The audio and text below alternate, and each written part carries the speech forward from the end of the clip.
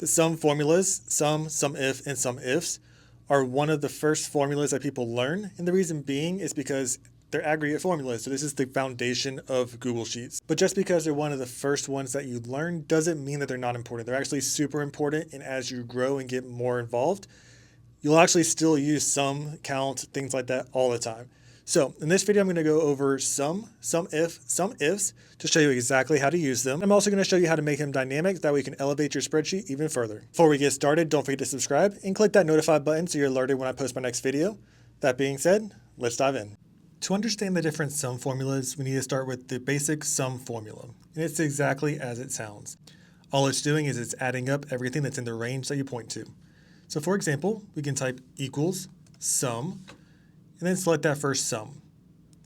Now right here, it gives you the formula breakdown. So we have value 1, value 2, value 3, and so forth. And you can select the different cells or type it in manually, so 1, 2, and it will give you 3.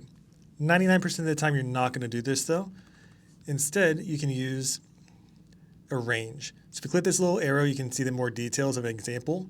So for example, we can do A2 to A100, comma 101, and so forth. So what we're going to do is we are going to take the total of the sales. So we're simply going to click on cell E8 and drag that down to the end of our database.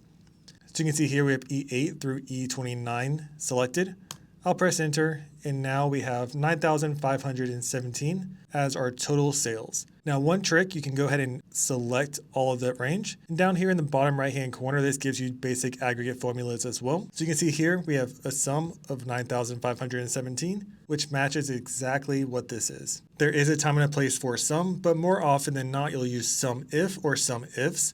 So for example, we can do SUMIF, and this will give you the ability to only include the amount if a specific criterion is met. So you can see here, now the formula breakdown changed, and we need the range, the criterion, and then the sum range. So the range is where the criterion is going to be located, where it's going to search from. And the criterion is really just a different word for condition. So for example, we can select region. This is our range. Criterion will be north. And any time that you have text, you always have to have that in quotes. And then the sum range will be sales. So you can see here, we have 5,757 in sales. Now more times than not, you're not going to actually type the text in there for the criterion because it's not dynamic that way.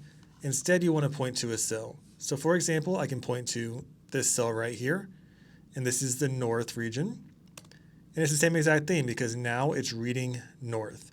Alternatively, I could point to D9, and now it's reading south, so we can see exactly how much we have for different regions. All right, let's go ahead and copy the region. So we have north and south. I'm going to show you a real-life example. So for example, we can say SUMIF. We'll select the range, comma. We'll select north from this list right here, comma, and then we'll select the sales. Now we have 5,057 right here. Then we can drag this down, and we have 1,945. Now, one thing that's super important to understand is cell referencing.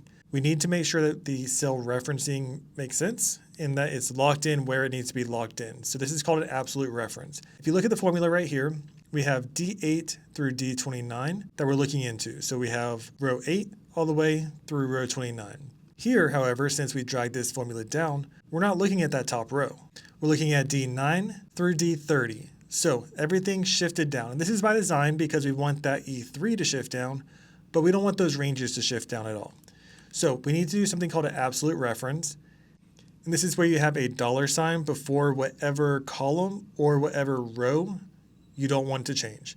So you can have columns that stay the same and rows that move, or you can have rows that stay the same and columns that move, or you can make it where everything stays the same. So I'm going to go ahead and put $signs in front of everything.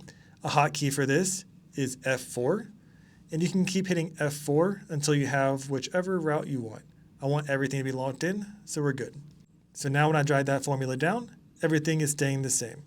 Now this may not matter in this specific situation because we didn't omit accidentally anything in the south region, but realistically, it's super important.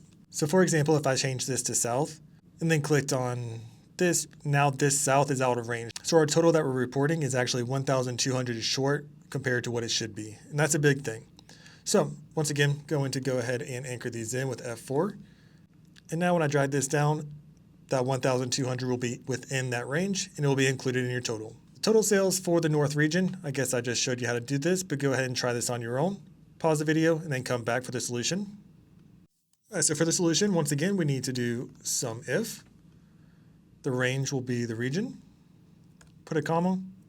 We need the criterion, which is north in this case, and then we need the total sales. Press enter, and you have the total for the northern region. All right, SUMIFS works pretty much the same way. The only difference is you can have multiple criterion. And since you have multiple criterion, the sum range has to go first. So for example, we'll type SUMIFS, and you can click this caret to see a different example. I'm going to select all the sales. That will be first, and now we're ready for criterions. So for our criterion, let's say we want to see just electronics. So I'm going to select the criterion range and then select electronics. And then for the second criterion, let's say that we only want to include items where more than 2 were sold. So I'm going to go to our units sold section right here, put that as the range. And then for the criterion 2, inside quotes, we're going to put greater than or equal to 2. So we have 5,815. So realistically, it's omitting this one and this one. Now, just like with numbers, you can also do dates. And dates on the back end are a number in Google Sheets. So for example, if I click on January 22nd, 2024, and I go here and I click on number, you can see that that's actually a number. That's 45,313. And this allows for us to aggregate based off of the dates. So let's say that we only want to show things that were sold greater than or equal to May 1st, 2024. For the second criterion, we can select the date range, put a comma, then inside quotes, put greater than or equal to 5/1/2024. And you can see that of all of our revenue that's been earned, $3,765 happened after May 1st, 2024. All right, let's do a practice. So I want you to show the total for all laptops that were sold in the North region. Go ahead and pause the video, then we'll come back to it in a second. All right, I'll just do the formula right here. So we're going to type equals SUMIFS. The sum range will be our total sales. Criterion range 1 will be our product. I'm going to type in laptop. If you selected the cell that contains laptop instead, that's perfectly fine. And then for the second criterion, I'm going to select region and put north. And you can see that $2,300 is what it is. If you didn't get 2,300, you might have updated this with me earlier to test it out with south, and that's why. So make sure that says north at the top one. All right, now one hack that you can do is turn this into a table. So I'm going to go ahead and format, convert to table. And now we have a nice little table for all of our data. And I'm going to rename this as sales. Now what's great about this is instead of having to go down and select each range individually, you never have to leave your cell. So for example, I can type in sales. And this will give me all of the different sales. But I can actually select the sales column within the sales table. And you can see the range right here of what the table is referencing. So I can type in equals SUMIFS sales, select sales. Then for criterion, I could type in product. This will be laptop. And then I can type in region. And this will be north. And you can see we have the same exact number that we did before, but without ever having to go down and select these manually. And you can also make these dynamic. So for example, let's go ahead and insert a dropdown. I'll do a dropdown from a range and select the different categories. So now we have a dropdown for electronics or office supplies. Now let's say that we want to see everything that's in the north region and base it off of this dropdown for the category. So we'll type equals SUMIFS, reference that sales column. For criterion range 1, we'll put region. And we'll put north. For criterion range 2, we'll put category. And then we're simply going to click on the cell that contains that item. So you can see here we have $4,100 that were sold in the north region for electronics. And if I update this to office supplies, it will automatically update to reference the north region for the office supplies instead.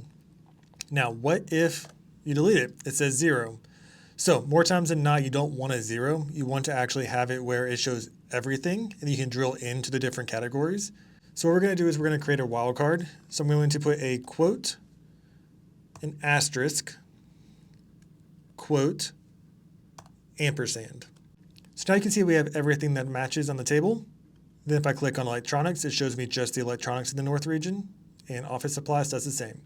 So what this is a wildcard. I won't get too far into wildcards this time, but an asterisk essentially means that it will accept any amount of characters prior to whatever text is there. So this is the same exact thing as if we were to type in asterisk office supplies, and if we didn't have the join there. So same exact thing. Only difference is it's all dynamic. So for example, if I type blank is supplies, it's still going to show the same exact thing. And that's because it's taking every single character, no matter how many, and finding where it says ice supplies. Now this ampersand acts as a join, so all that's doing is just like you saw before, we could have asterisk office supplies, asterisk electronics. This is just taking the contents of whatever is in this dropdown, joining it with this, so merging it together into one single text. And that way we're able to filter based off of the dropdown. And you can do this with many things. So for example, if I wanted to have a pop-out calendar with a date, I could do that. So I can go to data, data validation, add rule. I'm going to put is valid date. And now I have a little pop-out calendar right here in cell G5. So let's go ahead and set this to March 1st, 2024, for example. And then now I can delete this portion of it. And we're going to put date, comma, greater than or equal to, inside quotes, ampersand, select that date. And you can see that we have $4,557 in the North region. That was sold after March 1st, 2024. And I can update this later on. Let's say we want May, and that updates automatically. And you can do a hybrid between the two as well. Perfect, so now I can see electronics, office supplies, and I can see whatever date I want, and it will filter this dynamically based off of the parameters that I put. All right, for the final practice, I want you to show all of the products sold in the East region, and then make it dynamic based off of the category. So the category is with this drop down right here. Go ahead and pause, and I'll see you in a second. All right, so we'll type equals SUMIFS. We'll have the range, and you can either select the range totally, or you can select it based off a table reference if you've converted it. The region is going to be East. I need that comma right here. And the category is going to be E5 or wherever you have that drop down located. And just like before, we have our electronics, we have our office supplies, and it filters automatically. Now, if we deleted the options, you'll see that 0. So if we want to include those as well, we'll add that asterisk, ampersand. Now we have the full total showing if it is blank, and we can drill down into the different categories. All right, so that's all you need to know about some formulas, and you're ready to use them in your day-to-day. If you want to see more about aggregate formulas, make sure to check out my video here where I do a deep dive in all the different aggregate formulas. As always, don't forget to subscribe. Let me know if you have any questions, and like and comment for more.